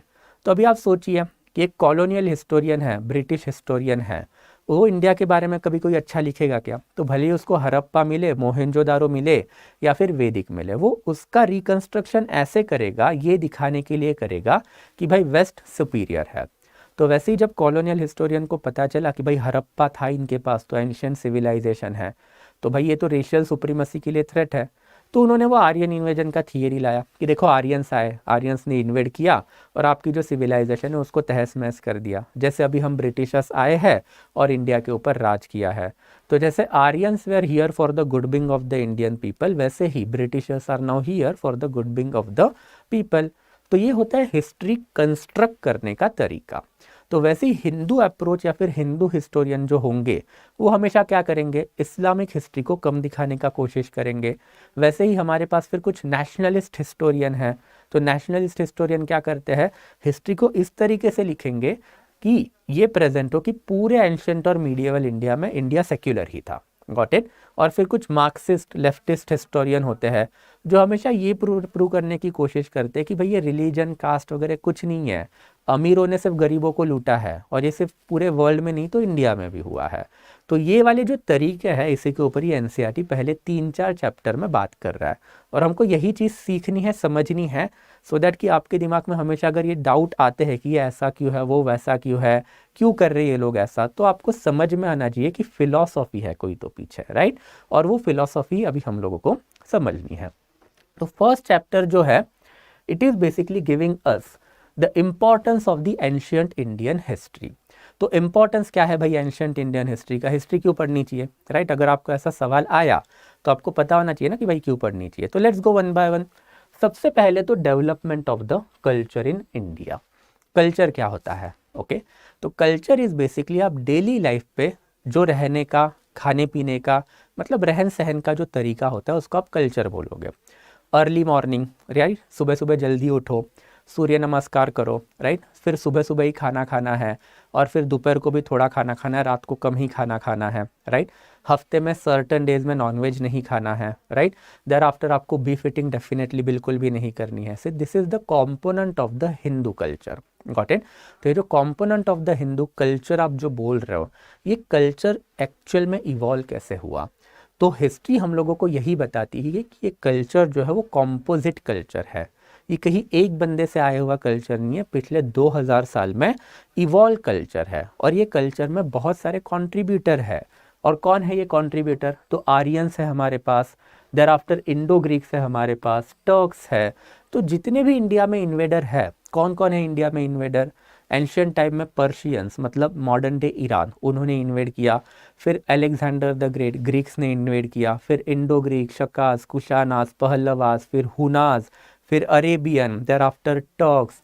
ये इतने सारे इन्वेजन जो इंडिया ने झेले हैं, तो हर एक बंदा जब अपने साथ आता है तो अपने साथ आते आते वो कुछ न कुछ तो अपना कल्चर लेके आता है और इंडिया में छोड़ जाता है। जैसे आप ज्योतिष शास्त्र में यकीन रखते होंगे, so for your information, India का जो ज्योतिष शास्त्र है वो हम लोगों को ग्रीक लोगों ने दिया है, इंडिया का कोई नहीं उसमें लेना देना। तो ये ग्रीक हिस्टोरियंस जो है उन्होंने सबसे पहले एस्ट्रोनॉमी की बात इंडिया में की थी, एंड देयर आफ्टर इंडिया में भी हम लोगों को अर्लीस्ट वर्जन जो है ज्योतिष शास्त्र जो मिला है उसको ये लोग होर शास्त्र बुलाया करते थे। तो Hora Shastra is nothing but the astronomical knowledge which we have derive from the Greek people. तो आज आप जब शादी करोगे तो कुंडली देखोगे ना, तो कुंडली का कंसेप्ट इंडिया में आया ही बाहर से है बेसिकली। तो ये वाले जो कॉम्पोजिट कल्चर के जो एविडेंसेस है विच विल टेल यू कि yes we are Hindus, we are having a culture, but ये कल्चर में बहुत सारे कॉन्ट्रीब्यूटरी है, and that's why you have to respect each and every community that is living in India.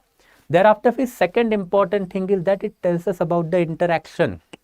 Okay तो India में अगर आप आज भी देखोगे तो नॉर्थ एंड साउथ ये जो डिवीजन है ये आपको क्लियरली पता चलेगा कि आर्यंस है नॉर्थन में, द्रविडियन लोग हैं साउथन में, एंड दोनों के स्कॉलर लोगों में, ऑर्डिनरी लोगों की तो मैं बात ही नहीं करूंगा, वो तो एकदम फालतू चीज़ों के ऊपर झगड़े करते रहते हैं, बट एक स्कॉलरली डिबेट होती है कि आर्यन सिविलाइजेशन क्या था, द्रविडियन सिविलाइजेशन क्या था। इसमें द्रविडियन लोग जो हमेशा क्लेम भी करते कि हमारा जो सिविलाइजेशन है वो ओल्डर सिविलाइजेशन है और हमारा तमिल लैंग्वेज ओल्डर लैंग्वेज है, so that's why we are not going to succumb against the northern belt, जो आज के लिए हिंदी बेल्ट है जिसको आप कंसिडर करोगे। हिंदी लैंग्वेज इंडिया में 17-18 सेंचुरी के बाद में आई है, उसके पहले there was no such language as Hindi, but आज के लिए तो हिंदी ऑब्वियसली नॉर्थन बेल्ट की प्राइमरी लैंग्वेज है। तो ये जो झगड़े हैं तो ये इंटरैक्शन का एक पार्ट है, और ये इंटरैक्शन से यही बताने की कोशिश की जाती है कि भाई ये जो झगड़े जो है वो एज ओल्ड है, आज के नहीं है, but within this fighting okay we are living peacefully coexistent in India, right. तो हम पीसफुल कोएग्जिस्टेंस के साथ इंडिया में रह रहे हैं, और ये एंशियंट टाइम से चला आ रहा है, और इसको हम लोगों को आगे बरकरार रखना है। We do not want to go to that extent जहाँ पे नॉर्थ एंड साउथ के झगड़े इतने गंदे हो जाए कि इंडिया का कोई ब्रेकेज हो। Got it. तो ये नॉर्थन एंड साउथर्न डिबेट जो है, ऐसा ही एक डिबेट अमेरिका में भी हुआ था, सिविल वॉर जिसे बोला जाता है। अब्राहम लिंकन ने नॉर्थन एंड साउथर्न स्टेट में अल्टीमेटली ही led the war and ultimately ही ब्रॉट द यूनिफिकेशन। तो वैसे ही इंडिया में भी ये जो नॉर्थ एंड साउथ का जो डिवीजन है वो एज ओल्ड डिवीजन है, झगड़े पहले से ही चल रहे हैं, बट झगड़ों का एक लिमिट होता है, वो लिमिट कभी क्रॉस हमें नहीं करनी है। तो इंटरैक्शन एंशियंट टाइम से हो रहा है, इंटरैक्शन जहाँ जहाँ पे होगा conflicts are bound to happen, but conflict का जो है एक पीसफुल रेजोल्यूशन होता है और उसका एक लिमिट होता है। देयर आफ्टर फिर तीसरा religion, India is not a Hindu country, right. So जो इंडिया इवन कॉन्स्टिट्यूएंट असेंबली में भी जब ये डिबेट हुई थी, तो कॉन्स्टिट्यूएंट असेंबली में भी तो मेजॉरिटी हिंदू लोग थे, तो उन्होंने इंडिया को हिंदू राष्ट्र क्यों नहीं बनाया? Because they were aware of India's ancient past, right. और इंडिया का ancient past tells us that India was never a Hindu country, India was always a country of a composite religion. जैसे एंशियंट टाइम की ही हम लोग अगर बात करें तो अपार्ट फ्रॉम हिंदुइज्म हमारे पास बड़े बड़े बुद्धिस्ट राजा भी थे, जैन राजा भी थे, एंड मीडिएवल इंडिया में हमारे पास अगेन बड़े बड़े हिंदू राजा थे एंड बड़े बड़े इस्लामिक राजा भी थे। तो we can not trace even a single period in our history जहाँ पे यू कैन क्लेम कि भाई इंडिया हिंदू कंट्री था। और अगर हम लोग हमारे हिस्ट्री में कभी ये चीज़ ट्रेस नहीं कर पा रहे हैं, then we do not have any right to change that aspect of our culture. हम लोगों को वही कल्चर जो एंशियंट टाइम से चला आ रहा है उसको कंटिन्यू रखना है। तो एंशियंट टाइम में हिंदुइज्म, जैनिज्म, बुद्धिज्म ये तीनों साइड बाय साइड फ्लरिश कर रहे थे, ओके। तो हम लोगों को अभी भी यही कम्युनिटी जो है वो आगे बढ़ानी है। अदरवाइज क्या होगा, एक रिलीजन का डोमिनेंस बढ़ेगा, कंजर्वेटिज्म आ जाएगा, लिबरलिटी कम हो जाएगी, और अगर कंजर्वेटिज्म बढ़ रहा है then that is always problematic for the society, right. तो ये सारी जो चीज़ें अगेन वो हमें कौन सिखाता है, एंशियंट इंडियन हिस्ट्री सिखाती है। तो आपको यही सारी चीज़ें पढ़नी है कि ये इंटरैक्शन कैसे हुआ, रिलीजन के डेवलपमेंट कैसे हुए, पीसफुल कोएग्जिस्टेंस कहाँ से आया, ये इंडिया में कैसे डेवलप हुआ, तो ये सारी चीज़ें। फिर name of the country, okay. तो भारतवर्ष, इंडिया को भारतवर्ष बोला जाता है, सिंपल। बट भारतवर्ष जो है वो आधुनिक नाम है, दैट इज 1920th सेंचुरी का नाम है। नाउ एज सच वैदिक सिविलाइजेशन में हम लोगों को 3 नाम मिलते हैं। वैदिक सिविलाइजेशन में हम लोगों को जो 3 टर्म मिले वो एक जाम्बू द्वीप, आर्यवर्त एंड भारतवर्ष। तो जाम्बू द्वीप is basically the Asian continent पूरा का पूरा, उसमें आर्यवर्त है। तो आर्यवर्त कौन सा है, जो रफली नॉर्थन इंडिया है वो। एंड फिर एक भारतवर्ष का कंसेप्ट हम लोगों को वैदिक एज में मिलता है। ये भारतवर्ष मतलब रफली अभी का अफगानिस्तान, काबुल कंधार वाला एरिया से लेके नीचे कन्याकुमारी, ये है भारतवर्ष का कंसेप्ट। ये सेम भारतवर्ष का कंसेप्ट हम लोगों को लेटर ऑन मिलता है आचार्य चाणक्य के राइटिंग में। तो आचार्य चाणक्य ने भी तो भारतवर्ष का उल्लेख किया था, ओके। एंड आचार्य चाणक्य का concept is same as that of the Vedic concept. However unfortunately we can say that apart from emperor Ashoka, India के पूरे हिस्ट्री में there is not even a single king जिसने ये सारी की सारी टेरिटरी कभी कैप्चर की होगी। Ashoka is the only person जिसने ये पूरा का पूरा भारतवर्ष कैप्चर किया था, ओके। तो यही हिस्ट्री भी हम लोगों को पढ़नी है कि भाई भारतवर्ष का जो कंसेप्ट है, ये कंसेप्ट एक्चुअल में बन क्यों नहीं पाया 2-2.5 हज़ार सालों तक। बिकॉज ये कंसेप्ट आर्यन का कंसेप्ट था। Aryans were the tribe which have arrived into India from outside. तो मतलब जो इंडिजीनियस लोग थे वो इंडिजीनियस लोग इसको हमेशा काउंटर करते थे, but ultimately Ashoka who himself can trace their origin to the Aryan, ultimately उन्होंने इंडिया को एक बनाया, ओके। इट वाज अशोका जिसने पीसफुल कोएग्जिस्टेंस का कंसेप्ट इंडिया में पहली बार लाया। अनफॉर्चुनेटली ये बाद में कभी किसी ने फॉलो नहीं किया। तो ये भारतवर्ष वाला जो कंसेप्ट है ये वैदिक एज ऑनवर्ड एंशिएंट इंडिया में कैसे डेवलप हुआ वो भी हम पढ़ेंगे इन द लेक्चर।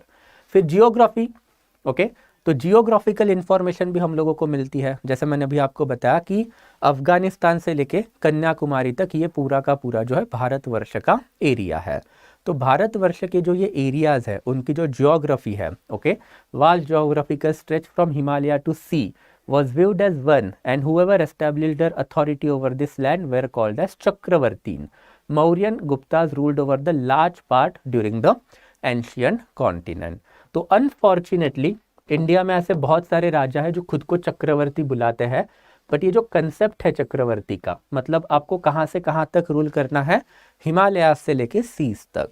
तो ऐसे वाले जो राजा है इंडिया में वो unfortunately you can say that only एक ही है, दैट इज अशोका। तो Ashoka is basically the true chakravarti, we can say that.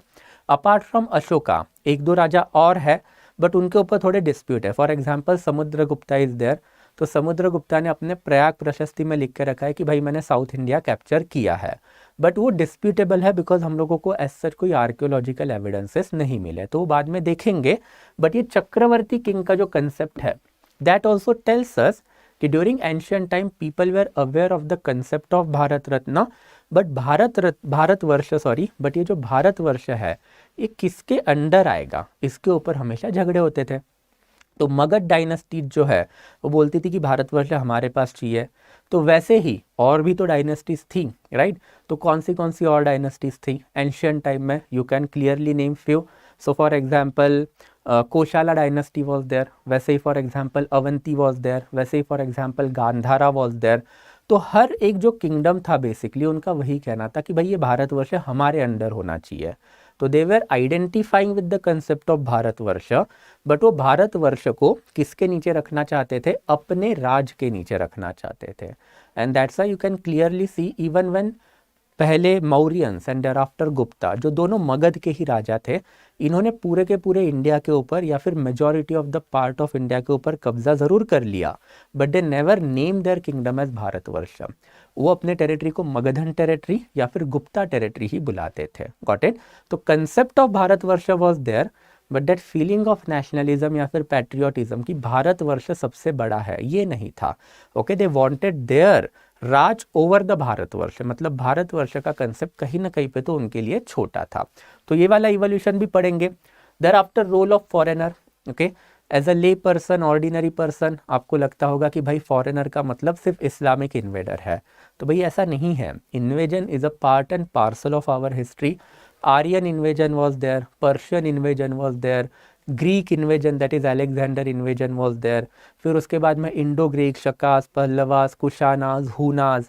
तो एंशियंट टाइम से ही इंडिया के ऊपर an number of invasion is there. And ये जो फॉरेनर्स जो है, ओके, वो जब इंडिया पे इन्वेड करते थे तो इंडिया के बारे में बाहर भी इंफॉर्मेशन फैल जाती थी, एंड इन दैट कैपेसिटी फिर बाहर के भी बहुत सारे लोग इंडिया में विजिट करने आते थे। And in that capacity, okay, हमारे पास बहुत सारे फॉरेन ट्रैवलर्स भी आए। ओके, कुछ इंपॉर्टेंट ट्रैवलर्स के नाम तो आपको पता भी होंगे। जैसे अगर ग्रीक ट्रैवलर की बात करें तो मेगास्थनीस इज देयर, जो चंद्रगुप्त मौर्य के टाइम पे आया था। चाइनीज ट्रैवलर्स की बात करें तो Hiuen Tsang Fahien is there, Fahien Gupta dynasty के टाइम पे आया था। देयर आफ्टर ह्यून सैंग जो है वो हर्षवर्धन के टाइम पे आया था। तो इन लोगों ने इंडिया के बारे में बहुत कुछ चीज़ें लिख के रखी थी। वैसे ही कुछ अरेबिक ट्रैवलर भी थे, ओके, जिसमें सुलेमान का नाम सबसे ज़्यादा आता है। Sulaiman is there, Al Masudi is there. तो इन लोगों ने भी इंडिया के बारे में लिख के रखा था। And ultimately it was Arabian traveller themselves जो इंडिया को हिंद कह के बुलाते थे। ये हिंद के पीछे भी एक स्टोरी है। ये स्टोरी क्या है कि एंशियंट टाइम में जब हड़प्पन सिविलाइजेशन जब थी, तो हड़प्पन सिविलाइजेशन जो है वो ओके वेस्टर्न सिविलाइजेशन को कॉटन प्रोवाइड करने का काम करती थी। And thereafter Gupta period of time जो है, तो गुप्ता पीरियड ऑफ टाइम में आर्यभट्ट ने न्यूमेरिकल सिस्टम डेवलप की 0 1 2 3 4 5 6 7 8 9। तो ये जो न्यूमेरिकल सिस्टम ये आर्यभट्ट ने डेवलप की, तो ये भी सिस्टम हमने अरेबिक लोगों को दी। तो अरेबिक लोग पहले कॉटन को ओके हमेशा एंड देयर आफ्टर फिर इंडियन न्यूमेरिकल सिस्टम, इन दोनों को ये लोग क्या बोलते थे, तो हिंदसा बुलाते थे। हिंदसा मतलब सिंध से आई हुई चीज़। बट ये सिंध से आई हुई चीज़ का मतलब क्या हुआ, तो सिंध का मतलब हुआ हिंद। क्यों? बिकॉज अरेबिक प्रोनाउंसिएशन में उस टाइम में, एंशियंट टाइम में, स कभी बोला नहीं जाता था। स को हमेशा ये लोग क्या करते थे, ह करते थे। Got it? तो स का ह हो गया तो सिंधु का हो गया Hindu. And that's Y Sindhu में जो लोग रह रहे हैं उनके कल्चर का एंड रिलीजन का भी नाम पड़ गया हिंदू। तो ये जो अल्टीमेटली इंडिया का जो दूसरा नाम है दैट इज हिंदुस्तान, वो भी हम लोगों को अरेबिक ट्रैवलर से ही मिला है। तो role of foreigner is also quite huge as far as the development of our ancient past and culture is concern. And thereafter फिर लैंग्वेज। तो आज हम लोग सब डिफरेंट डिफरेंट लैंग्वेज बोलते हैं। Okay, so for example my mother tongue is Marathi, your mother tongue might be Hindi, some other person might be there जिसका mother tongue होगा तमिल। तो इतनी सारी मल्टीपल लैंग्वेज जो वो इंडिया में आई कहाँ से? एक ज़माने में तो हमारे पास सिर्फ प्राकृत, पाली एंड संस्कृत यही लैंग्वेज हुआ करती थी। तो डेवलपमेंट ऑफ द लैंग्वेज जो है इंडिया में जो आज आपका और हमारे पास है, and which is one of the biggest argumentative factor, मतलब जिसकी वजह से सबसे ज़्यादा झगड़े भी आज इंडिया में होते हैं, तो वो वाली जो चीज़ है वो भी कैसे इवॉल्व हुई। And ultimately need to understand कि ये सारी लैंग्वेज का एक ही मूल है। तो भले ही आपका और मेरा लैंग्वेज सेम होगा, but somewhere down the line we can trace it either to the Prakrit और टू द पाली और टू द संस्कृत। तो हमारे एंसेस्टर सेम है, भले ही हमारी आज की लैंग्वेज डिफरेंट रहेगी, तो भी झगड़े करने की एज सच कोई ज़रूरत नहीं है। तो अल्टीमेटली ऑल दिस फैक्टर्स जो है वो हम लोगों को कहाँ से पता चलते हैं, that we get to know from the history. तो history that is ancient history जब आप पढ़ोगे तो आपको यही चीज़ समझ में आएगी that whatever that we are today it is a part of the composite culture जो एंशियंट पीरियड से अब तक डेवलप होते हुए आ रहा है। And that's why you shall always study history. अगर हिस्ट्री नहीं पढ़ोगे then your thinking will be skewed कि भाई हिंदू राष्ट्र ही होना चाहिए, अखंड भारत ही होना चाहिए। ओके, ऑब्वियसली बोलने के लिए, कहने के लिए चीज़ें अच्छी है, बट होंगी क्या? एब्सोल्युटली नहीं होंगी। और ये क्यों नहीं होंगी? बिकॉज हमारी हिस्ट्री हम लोगों को कुछ कुछ चीज़ें इस बारे में बताती है। तो देयर आर सर्टेन आइडियाज़ जिसको आपको थोड़ा सा दूर ही रखना है, एक्सट्रीमिटी आपके अंदर जो है उसको आपको दूर रखना है, और आपको ये प्रोसेसेस को समझना है कि एग्जैक्टली इंडिया जो आज है वो क्यों है और वो कैसा बना है। And that is what our entire past help us to understand. And thereafter फिर ultimately you can say that कि इंडिया के जो एपिक है, okay, basically you can clearly consider Ramayana and Mahabharata. तो ये जो रामायणा एंड महाभारता जो है, ओके, वो कैसे डेवलप हुआ? देयर आफ्टर इंडिया में varna system and caste system that is jati system, ये कैसे डेवलप हुई?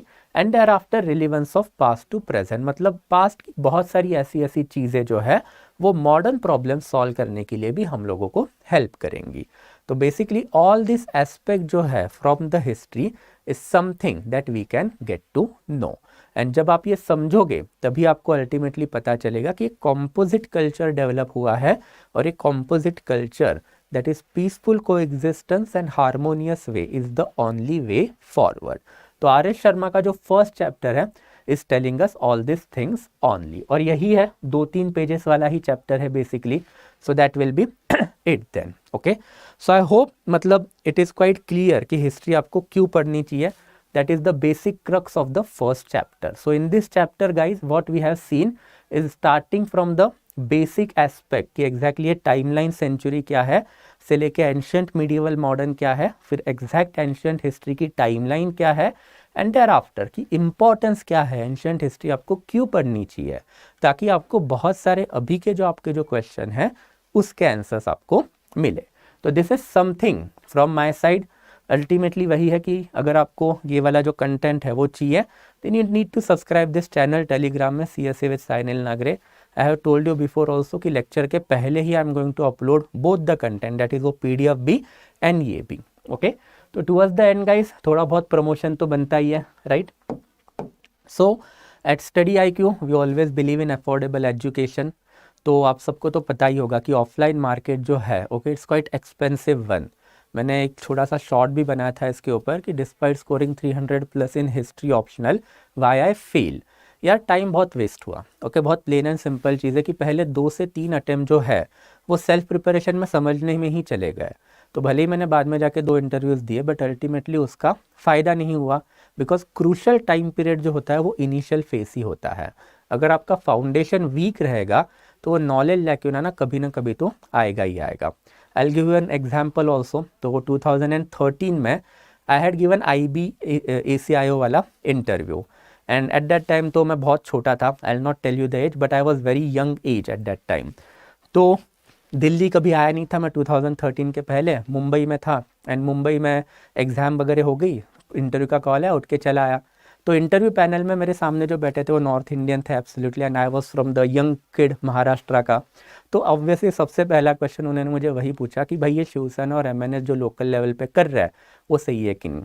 Okay, and I did not know anything about history much back then कि भैया मतलब क्या आंसर दूँ क्या नहीं। तो answer that I gave ended out to be in support of MNS and Shiv Sena, कि सर जो हो रहा है वो लोकल के बेनिफिट के लिए हो रहा है, but in the process I undermine the concept of the unity, I undermine the concept of the constitution, I also undermine the concept of the entire India itself, right. So unity वाला concept ही miss out हो गया। तो ये जो extreme version of opinion होते हैं ना वो हर एक कैंडिडेट में होते हैं इन द इनिशियल फेज, और अगर वो आपको अपने से निकालना है ना तो आपको एक फाउंडेशन हमेशा ठीक से करना ही पड़ता है। तो वो फाउंडेशन आपका परफेक्ट कब होगा, जब आप एक कोई तो अच्छा फाउंडेशन कोर्स करोगे, which unfortunately I never did. I had to pay for at least 3 attempts, my first 3 attempts, कि मुझे सब चीज़ें फिर खुद समझने में ही चली गई कि एग्जैक्टली क्या करना चाहिए क्या नहीं करना चाहिए, जो वैल्यू सिस्टम एक सिविल सर्विसेज के कैंडिडेट में होती है वो कैसी डेवलप करनी है। तो इसके लिए आपको मेंटर लगेगा, उसके लिए आपको नॉलेज लगेगा, उसके लिए आपको एक कॉन्स्टेंट सपोर्ट लगेगा। ये सारी चीज़ें जो है okay, those are the things that we are providing to you in our GS foundation course. तो अब 2023 दैट इज़ नेक्स्ट ईयर वाला जो बैच है हमारा वो तो अभी क्लोज हो चुका है, but this is something for 2024। So we are launching a new batch if you are a young candidate aspirant of the UPSC civil services, and अगर आपको आपका फाउंडेशन अच्छा करना है और वो गलतियां टालनी है जो मैंने की थी, तो आपको ये वाला फाउंडेशन बैच ज़रूर ज्वाइन करना चाहिए। And we are providing it at a very affordable rate if you use my code that is SN Live। We will be starting on 14th of November, ठीक है। I will be taking certain lectures of history in this batch also. तो if you want to study history in more detail, in more depth and more understanding way, मेरे से direct conversation या फिर guidance चाहिए आपको, तो feel free to join this batch and definitely okay you are going to get through this examination. So this is something related to the batch of GS Foundation that we are launching. तो that will be it from my side guys. Okay, आज के लिए first chapter था, इसके लिए थोड़ा सा ज़्यादा खींचा, 1.5 घंटा खींचा, इट वॉज एक्सपेक्टेड, बट कल से I try to restrain it to the 30 to 40 minute. Chapter wise आगे बढ़ेंगे, डेली बेसिस पे मैं एक ही चैप्टर लूँगा। Lecture will be live, but कुछ कुछ लेक्चर जो है वो आपके प्रीमियर भी होंगे, that is non live mode में भी चलेंगे। आई लेट यू नो कि कौन सा वीडियो जो है वो नॉन लाइव मोड में, दैट इज़ प्रीमियर मोड में है। So I take your doubts, if you are finally having any doubt तो अब जस्ट शूट इट अवे, ठीक है, just shoot it away any doubt that you are having, ठीक है, simple.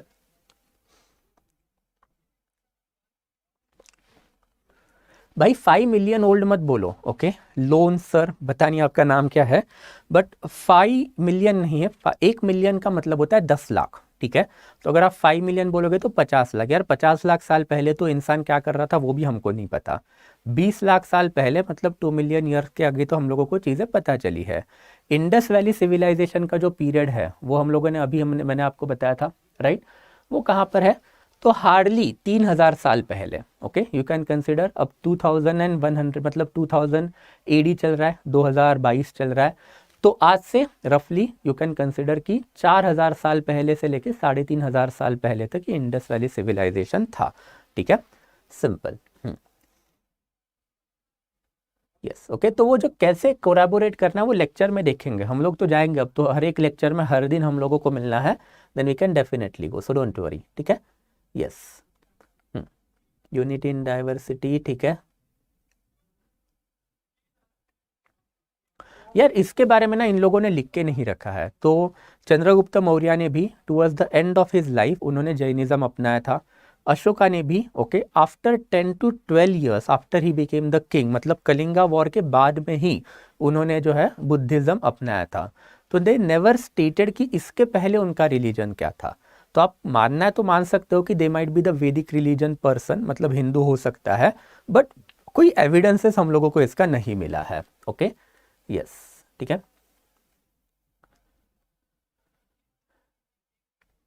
Lingua franca मतलब ordinary language of the people, तो मतलब एक सिंगल लैंग्वेज जो आप सारे लोगों को बाइंड करेगी, इसको आप बोलोगे लिंगुआ फ्रैंका, मतलब एक कॉमन लैंग्वेज। जैसे इंडिया में अभी डिबेट चल रहा है कि इंडिया का लिंगुआ फ्रैंका क्या होना चाहिए, इंग्लिश या फिर हिंदी। तो नॉर्थन बेल्ट में आपको हमेशा डिबेट मिलेंगी कि हिंदी ही होनी चाहिए। साउथर्न बेल्ट वाले जो है दे नो कि उनका लैंग्वेज पूरे इंडिया में चलेगा नहीं, तो they usually they are more favourable towards the English. तो लिंगुआ फ्रैंका मतलब जो कॉमन लैंग्वेज जो पूरे कंट्री में सबको आनी चाहिए। Okay yes. स्काइथियंस मतलब शका, तो शका इंडियन नाम है, उनका जो एक्चुअल नाम है ट्राइब का वो स्काइथियन है। वैसे ही कुशानाज आपने सुना होगा, तो कुशाना इनका इंडियन नाम है, इनका एक्चुअल नाम है वो येउची है। तो Yuezhi tribes are basically from the Central Asia. India में आने के बाद उन्होंने कुशानाज जो नाम है वो अडॉप्ट किया था। ठीक है, सारों के लिए यूजफुल रहेगा ये, एंशियंट हिस्ट्री है, सारी चीज़ें I am going to cover in depth. तो सारे, कोई भी पीसीएस हो, यूपीएससी हो, या फिर इवन आप एसएससी सीजीएल या फिर सीडीएस भी देना चाह रहे हो, तो it will be useful because this is oriented towards prelims मोर।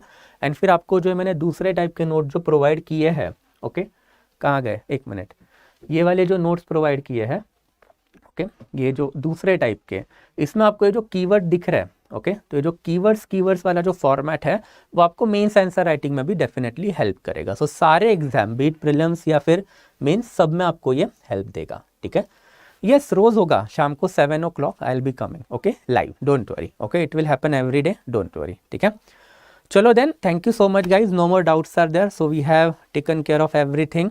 ठीक है, आपको ये दोनों टाइप के जो नोट्स है, एक ये और पीपीटी, वो मेरे टेलीग्राम ग्रुप पे मिल जाएगा। I am again showing it to you, जो टेलीग्राम ग्रुप है, ठीक है उसका लिंक जो है, लिंक तो मैं नहीं दे पाऊंगा, but just search for it CSE with Sainil Nagre and you will get it. तो आपको एक कंटेंट भी मिल जाएगा ताकि आपके प्रिपरेशन में आपको आसानी होगी। ठीक है, yes absolutely, Kashmir was always a part of Bharatvarsh है यार। ठीक है, 7 o'clock एवरी डे। ठीक है, पेड नहीं है, ओपन है, फ्री है, कोई पेड नहीं है, डोंट वरी। ठीक है, it will be open live session every day, कोई पेड नहीं है ये। ओके सिंपल, ठीक है, ओके यस मैंने पहले ही बताया सारे एग्जाम के लिए इंपॉर्टेंट है। Okay simple, so I hope that will be it then. Okay so will be stopping the lecture then guys.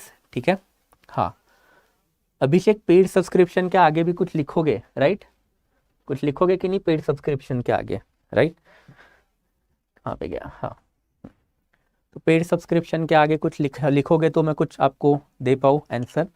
ठीक है, so rest of the doubts तो ऑलरेडी क्लियर हो चुके हैं।